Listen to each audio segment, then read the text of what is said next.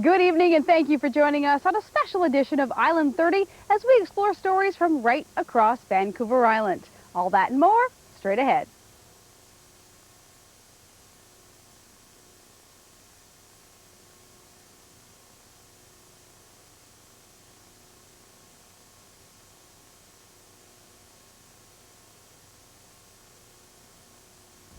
They say things happen for a reason, and one Vancouver Island dog knows that all too well.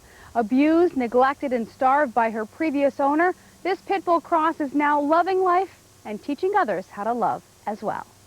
Are you a good girl? Sometimes Holly likes to rest a few steps into her walk, and considering what this young American Pitbull cross has been through, she deserves all the breaks she can get. Come on. Ironically, the worst treated dogs are probably the nicest dogs you're ever going to have. You're sleepy? There was no love in Holly's life on Christmas Eve 2007 when Canwest and SPCA staff received a frantic page from RCMP. There was a dog left in the parking lot of Country Grocer, shot her in the face and the back, and left her bleeding out in the parking lot. Holly was treated for 3 pellet gun wounds. She went home with Trent and never left. It sounds bizarre, but the best thing that could have happened is she got shot, because where she came from and what she was destined for, you know, it was not a good lifestyle for her. Like the paw print shirt specially made to help her skin heal, Holly fit right in at the Canwest and SPCA. When she's not acting as the shelter's official greeter, What's her name? Holly thrives in her career as a teacher. She just loves kids, so it's her forte in life. Less than 1 month after being starved and shot, Holly started making school appearances with Special Constable Dale Backen. Okay, how many have dogs? Backen, who helped track Holly's trail of abuse, shares the young Pitbull's story with elementary school children. Today, grade 3 students make friends with Holly as they hear how she survived a horrific case of animal cruelty, even winning a special SPCA Courage Award for her will to live. Holly's case was pretty bad. I mean, she was shot and bleeding and could have easily died. I had to stop myself from tears, and I know they saw that. They saw how I felt about that. They were aware.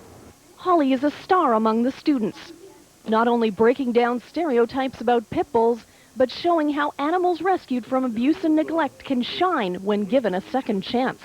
And at this age, I think this is when you want to grab them. They all have pets of some sort. If we start them young, hopefully they'll carry that through their lives, because I think it's very important to be responsible for that pet's life. Over the last 2 years, Holly has met several hundred children, expanding her school appearances from Chemainus to Ladysmith. It's tiring, but she's always up for more gigs. Holly is a great ambassador for this. You could see her with the children today. I mean, she's just, everybody remembers her name and remembers her story. It really hits home that it is in people's own backyards. It is here. The hardest part of the lesson is saying goodbye. Is Holly up for adoption? No, Holly's been adopted by the shelter manager. You couldn't give me enough money to part with her. Not in a million years. It's like I say, like I've always had her. Holly is happy to sleep off her fame at the office, where her mom is proud of the brave Pitbull who's able to share her love with so many others. And it's amazing, you know, because we do, you know, if I'm out with her just doing whatever on a weekend or at nights, the number of kids who come up and say, oh, is that Holly? She was at our, and it's wild, yeah. Yeah, it's neat. It's neat because she, you know, she loves everybody, so. We've all heard about reclaiming old stuff and old furniture, but what about reclaiming a neighborhood? Well, the idea to build desperately needed low-income housing transformed Fernwood. The Cornerstone Cafe is a busy place. In the heart of Victoria's Fernwood neighborhood, this building is literally the cornerstone of the community. Now flash back to this same building 5 years ago, when it was littered with graffiti and garbage. There were drugs being dealed out of here. There's some prostitution, a lot of sort of unsavory stuff right in the core of the neighborhood. The building known as the Cornerstone today was basically a crack shack. It was boarded up in the bottom. And Ron Spence is known as the Archduke of Fernwood. He's lived and owned businesses here since the early 1970s. it was a blight, plus the perception was very negative just being there. The hallway then. The hallway now. A bedroom then. A bedroom now. So how did this happen? A neighborhood wanted change and put in 10,000 hours of sweat equity. Spearheaded by Roberta Martel and the Fernwood Neighborhood Resource Group. There's nothing more direct than building community by building community with community. And that's what we did. And so the community took ownership from these young kids we had that they like to call themselves the wreckers who came out and worked, to Helen Hughes, who was 86 pulling nails. Everybody came out in the community. Now the so-called Crack Shack has 4 3-bedroom affordable housing units. The plan met with many skeptics and doubters. This is crazy, but we're going to jump and see if the universe catches us, and we're going to buy this building. So we started from a standing stop. Like, we had no idea what we were doing. Like I like to say, we had no business buying this building, but ultimately it was the right thing to do, and it's worked out. In fact, it worked out so well, this year the Cornerstone Revitalization Project won the Canada Mortgage and Housing Corporation's National Award for Best Practices in Housing. This is one of the best examples where everything clicked, everything came together. The sweat equity, the owner's participation at the beginning, the neighborhood participation, the community, the city participation, the elected officials, the appointed officials, I could go on, and the funding agencies, it all coalesced, and that's really what made the winner. With the project's success, Martel now travels the country, teaching other communities how to build affordable housing. If we can have raised awareness of how you can be a different nonprofit, we are not sitting around with our hands out saying, please, sir. To some extent we are with funding, but what I'm really proudest of in this is that we've created a platform. It's not just housing. It's a great project that's revitalized a heritage building. It's provided affordable rental for families, but it's incorporated some very cool geotechnical, different ways of heating the building and cooling it, but it's also changed the neighborhood. It's changed the community. And the Cornerstone success has led to other projects.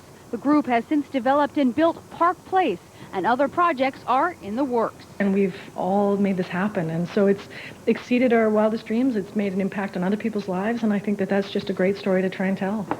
This community is spreading the word and showing what a grassroots effort can accomplish. Together, they are also laying the foundation of change.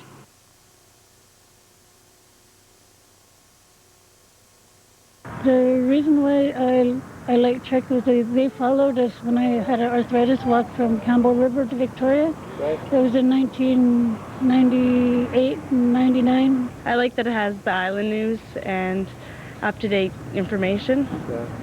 It's your news source of choice? Yes.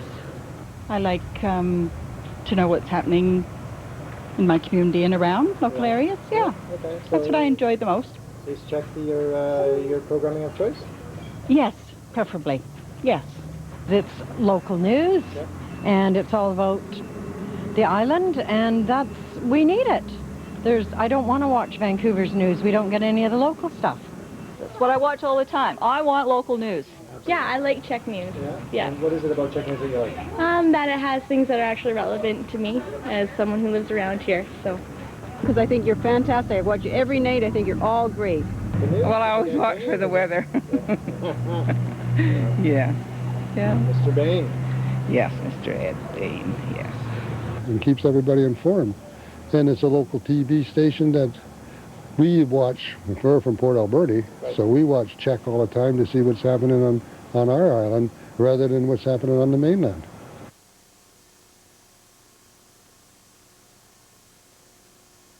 In 1996, an E.J. Hughes mural was uncovered during the demolition of the old Malaspina Hotel in Nanaimo.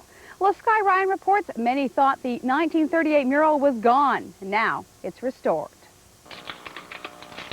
Armed with a scalpel, with the precision of a surgeon, Cheryl Harrison goes to work to finish a monumental job, one that 4,000 hours in, she is only now in reach of restoring. He's not here now, and I want this to be something that's not only for the community, for Canada, but for E.J. Hughes. Her subject is these painted pieces that make up a 9-foot-high by 17-foot-long concrete mural by the late island artist E.J. Hughes. E.J. Hughes is a Canadian national treasure. He's a local boy. Nanaimo was his hometown. It's a work this conservator has labored over 13 years on, and one that she is still enamored with. He actually brings us to be part of the group of the men that are standing here witnessing this moment. And that's what I think he's trying to pull in as the artist, is to tell us a story but make us part of it. Hughes painted the work in 1938 for Nanaimo's Malaspina Hotel. This was an opportunity for him to become more of an artist and say, yes, I think I can make a living from this, and I will spend the rest of my life being an artist. And that's what he did. The mural was all but forgotten about, hidden behind an old fake wood paneled wall, until crews demolishing the old Malaspina Hotel unearthed it in 1996. It happened in the first renovation of the hotel. That's when its return to public life began its epic process. It was only one that was saved. The others have disappeared. And saving this one, as we were taking it out, it was actually falling apart. It proved to be a challenge, it seemed, at every turn. It was a controversy in Nanaimo. The city council was debating whether they wanted to put in the money to restore these murals. And eventually, first of all, they said no. They said, oh, it's old-fashioned, but somebody pointed out to them that old art, happened to be worth a lot of money. Now that it has been delicately restored, the work looks much like it did when Hughes first touched his paintbrush to it in the Great Depression. Is far and away the most significant piece of public art that Nanaimo has ever seen, and it'll be one of the most significant public art unveilings in Canada, in actual fact. Now the man who originally removed it from the shambles of the old hotel all those years ago is prepping to reinstall it at the new Port of Nanaimo Center. And now it's going to finalize the project, where we can actually come in and appreciate what was taken out. That unveiling will be the end of a documentary by Nanaimo filmmakers and father and son, Jeff and Jeremiah Patton, who have both come to realize how important E.J. Hughes is to our island identity. And once you look at his art and spend some time with his art, you'll never look at our coast the same way. With a pressing deadline now, Cheryl Harrison works on the mural's unveiling that she has imagined so many times now over so many years will be May 14th. Green, black, oolong, and Darjeeling. There are thousands of varieties of teas, and people on Vancouver Island are once again rediscovering them. Tea is trendy, and those who love it say it's a lifestyle. Coffee or tea is the choice we usually hear, but tea actually resembles another beverage even more. It doesn't come with a cork and there's no alcohol in it, but believe it or not, tea has more similarities to wine. You know, really high quality tea, the soil conditions that it's grown in, the altitude, all of those things that in the wine industry you would refer to as terroir are things that exist in tea. Studying the culture and history of tea has become just as popular as the drink itself. Well, I think that it's part of a kind of worldwide movement for tea to become trendy. What's interesting, though, is that tea's become increasingly trendy in the West. But it's tea's eastern roots that many are drawn to. In China, tea dates back to the 10th century BC, and today's trendy teas are blasts from the past. Because what they are is they're hand-tied tea leaves, and what happens is when you put them in water, they unfurl into these beautiful flower shapes. And so looking at them is very meditative.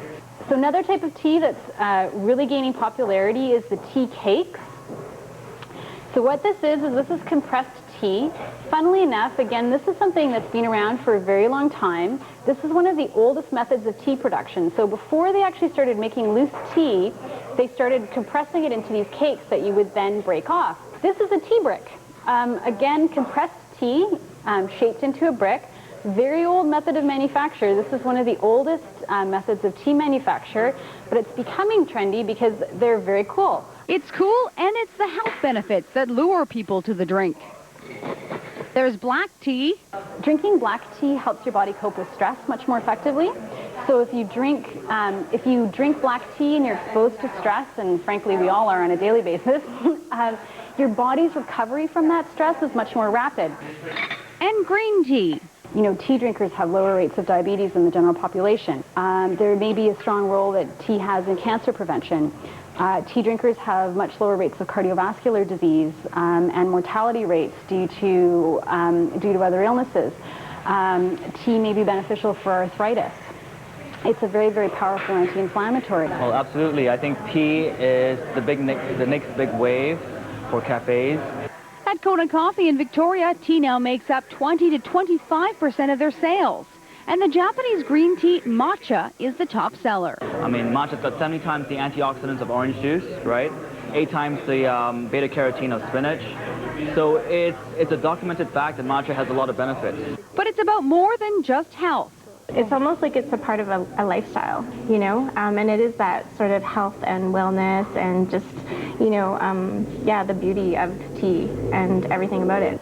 From the past to the present, tea is a tradition that's steeped into our lives.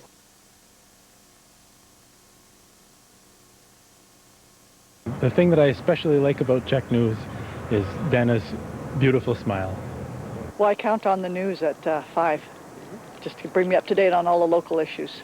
It's your favorite newscast? Yeah. You hear what the big heads think about things and about certain developments or aspects of what's going on in the community, but you know, you guys get out and you ask the actual people who actually have to drive around on the streets or who actually have to live in that area. Every night, 5 o'clock, news gets on. So it's the news? Yeah, cartoons off, news on, Gordy Tupper. We love it, yeah. Really? Yeah. So when you think of CHEK-TV, you think of Gordy Tupper? Of course we do. Really the local coverage, it seems to be the best for local news. I like that it represents the island and you know, great coverages in all our sports and music scenes and things like that. So I've been watching the news in terms of what's transpired, and I just hope that we can keep it on the island. I used to live right across the street on Blanchard from you guys, and I watch your news twice a day, 5 and 11. Always. Always, every night, and then I'm not home, I tape it on my PVR. When I first came to Victoria, I was a soldier stationed at Work Point Barracks in the Esquimalt, and I came from, I was with the military there in 1963. So I've been here since then, off and on. Always watched CHEK. The sports. I like watching the sports because I do play with the Victoria Rebels here in town, and I like watching up on, you know, they show about a little bit of everything with the BC Lions, sports, the Victoria Seals baseball and stuff. No, I like that. It's cool. I just like the people on it, you know, so friendly, local, and I'm really sad that it's, you know, might be going away.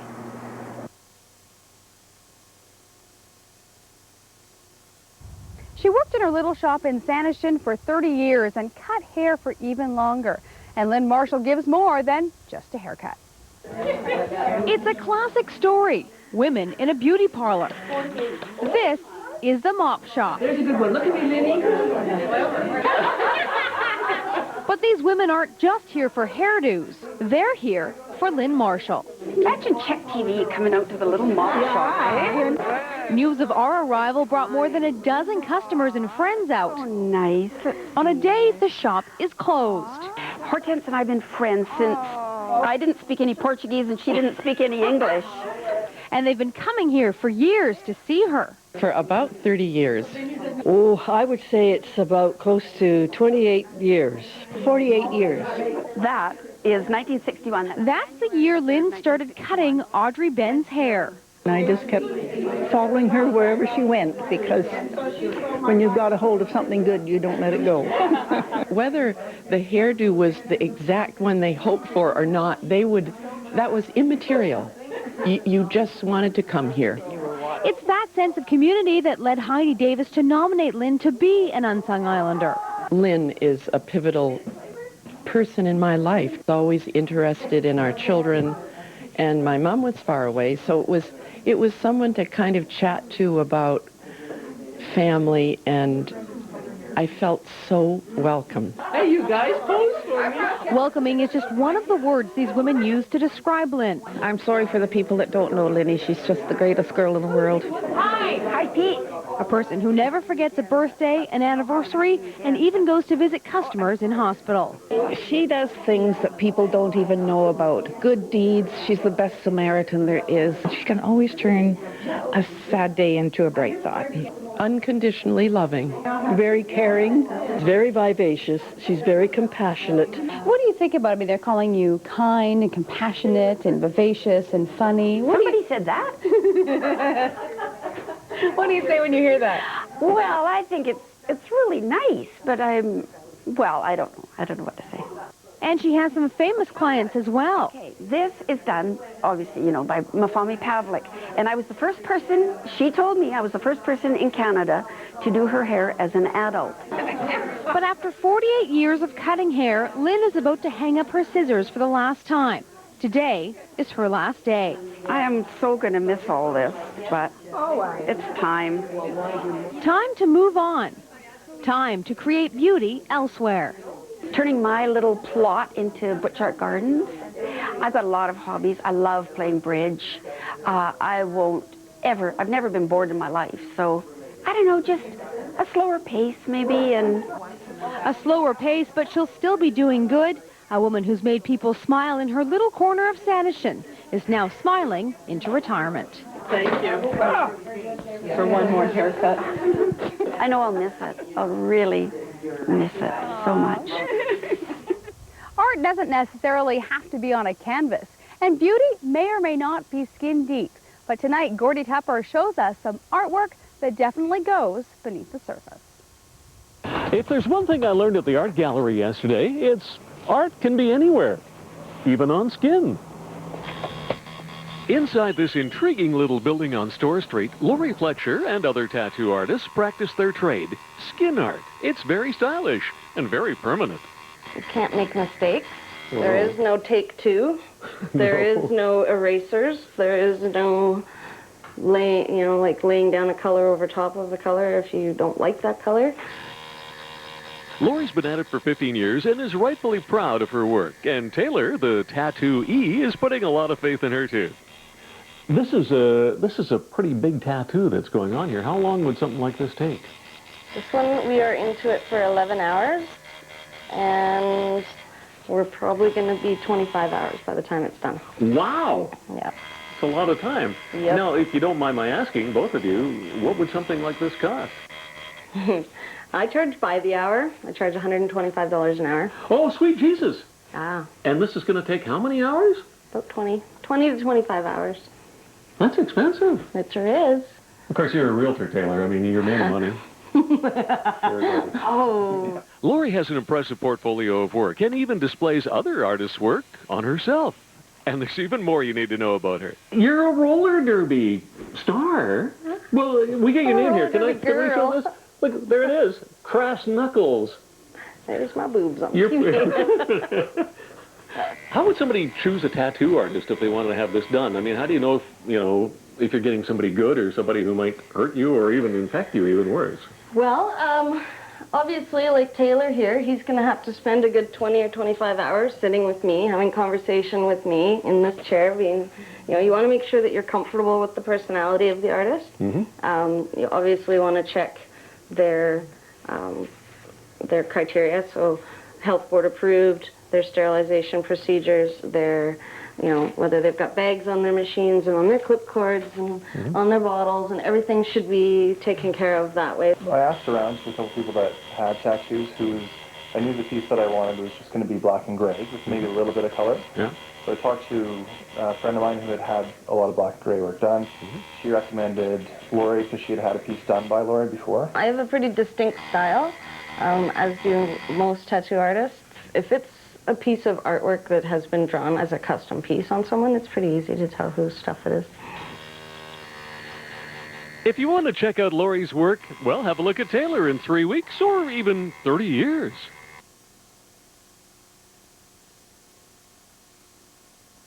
What do you like best about CHEK-TV? That is local. I like the local factor of it, that you kind of get your hit of island news. A lot of times with Vancouver news, you don't really get a lot with the island. You just kind of get what's going on around Vancouver. So it's just nice to see what's going on in your own community. Everything local. That's what I like about it. What do you like about it? Well, I like the local stuff. I like knowing that I'm listening to a Victoria station. I do like that. And I like your all about town stuff. Yeah. I love the local the local news. It's great. You feel more of a part of the community. Why is it your favorite station? Because I'm cooking dinner at 5 o'clock and I listen to you guys all the time. That's it. And you guys are wonderful. What else can I say? Wonderful. Just wonderful. It's a great station. Don't leave. It's community. It's island. And that's important to you. Yes, it is. Yeah. Local reporting, good broadcasters, good stories. Yeah. Now, when you say local, like Victoria? Yep. I don't really care about what's going on in Vancouver, really, so.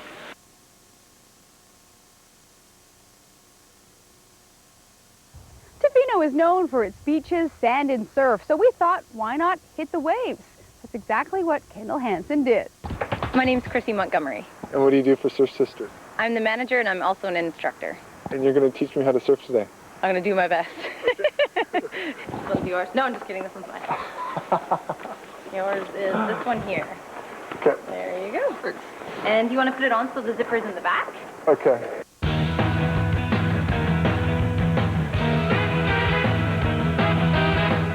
Does everybody get naked under the wetsuit? Don't plan on using that. What is that? It's a first aid kit. Well, you haven't seen me try surfing. Chrissy has been a surf instructor for 7 years. Today she's going to give us an abbreviated lesson on how to get up on a board for the first time. What are conditions like today? They're pretty good. It's a very small day, but it's perfect for beginner. It's a nice sunny day out, so yeah, it's pretty good. So we can break surfing down into 3 steps. The first step is positioning on the board. It's just lying down on the board. Okay, can do that. All right, so the easiest way, the best way to get on your surfboard is you would hold it, you have to imagine this part, you have to hold it on from the side and lower yourself down onto it from the side. It's easier than jumping up from the back. Usually you grab the board about midway through, like this, and then just lower yourself down onto your board. So you can imagine that part and get on your board right now. Okay, so super important part of positioning is you want to make sure you're centered right down the middle of the surfboard. If you're to the left or to the right, you're just going to roll that way when the wave comes. Even more important than width-wise balance is length-wise. You want to make sure, for a person about your height and weight, that your feet are on top of the board, but at the very, very back. So now it's time for our step 2, which is actually paddling to catch the wave. Because we need some sort of forward momentum, so that way when the wave catches up to us, we get carried towards the shore. If we were to just lie on our surfboards like this, the waves are going to crash over top of us like we're a rock. So we need some momentum. So to do that, we paddle, and we cup our hands and take deep strokes out to the side, one arm at a time. And it's really important that it's quality of the stroke as opposed to quantity. A whole bunch of really little fast paddles isn't going to get you anywhere. You want your hands back nice and far so you get good leverage. Also, too, you want to make sure your toes are curled under so that way you can use them to push your body up as well. And essentially what it is it's like a push-up where your whole body comes off the board and you're sweeping your feet underneath your body, coming up in a nice low stance. So after practicing and a whole bunch of extra instructions, it's time to hit the waves. Do you think I'm ready for the water? I think so. I hope so. Let's try it out. And it took a short while to get up, though my rides were much shorter than this guy's. If you're going to try surfing, a lesson will certainly speed up your learning curve. Surf Sisters is one of a number of shops in Tofino that can help you catch a wave.